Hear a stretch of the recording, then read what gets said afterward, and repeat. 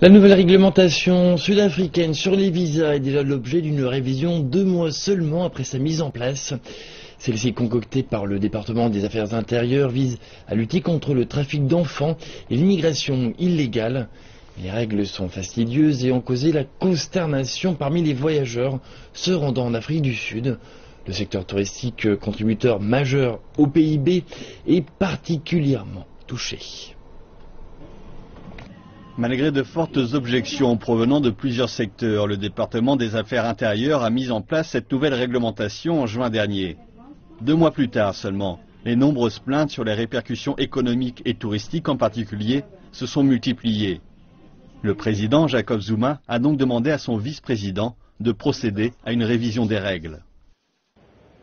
The announcement the other day from the president was like hallelujah, fantastic. That was absolute welcome news. L'annonce que nous avons eue l'autre jour de la part du président, c'était comme alléluia, fantastique. C'est une super nouvelle. Nous espérons que le comité regarde les effets qu'ont eu ces règles depuis qu'elles ont été mises en place l'an dernier. Selon la nouvelle réglementation, les parents de tous les enfants venant ou partant d'Afrique du Sud doivent posséder une copie d'un certificat de naissance intégral. La totalité des voyageurs se rendant en Afrique du Sud doit également se présenter en personne aux ambassades et consulats pour effectuer un relevé biométrique. Selon le secteur touristique, ceci a conduit à de nombreuses annulations de voyages. Cela rend notre pays moins concurrentiel en tant que destination de vacances.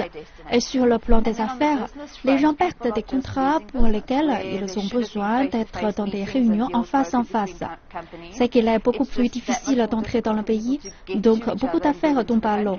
Les gens préfèrent des réunions par téléphone ou bien décident que l'Afrique du Sud n'est pas le bon endroit pour investir ou pour ouvrir une entreprise. L'Afrique du Sud souffre d'une économie faible. Les secteurs miniers et manufacturiers sont en récession et les destructions d'emplois se multiplient. Le pays ne peut se permettre de voir le tourisme décliner. Mais le département des Affaires intérieures explique que l'objectif de la réglementation est d'empêcher le trafic d'enfants. Ce n'est pas que nous sommes opposés à ce que notre gouvernement adopte une position ferme sur les questions de trafic d'enfants.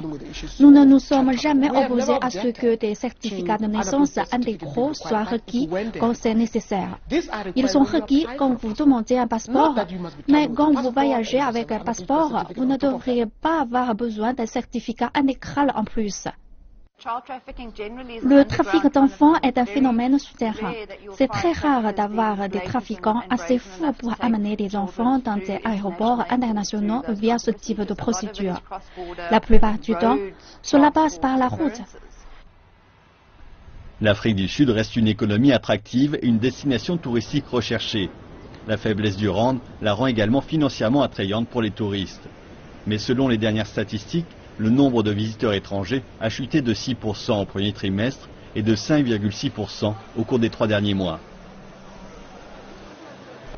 2 mois seulement après l'entrée en vigueur de la réglementation, les projections s'établissent entre 1,2 milliard et 1,6 milliard de rands. Les pertes financières sont donc massives. Les implications au niveau de notre réputation, avec un gouvernement qui prend des décisions sans vraiment prendre en compte les répercussions sur le tourisme, sont également énormes.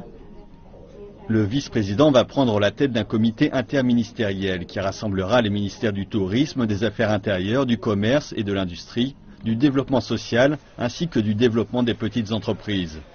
Il n'est pas précisé quand il rendra son rapport et ses recommandations. En attendant, la réglementation reste en vigueur.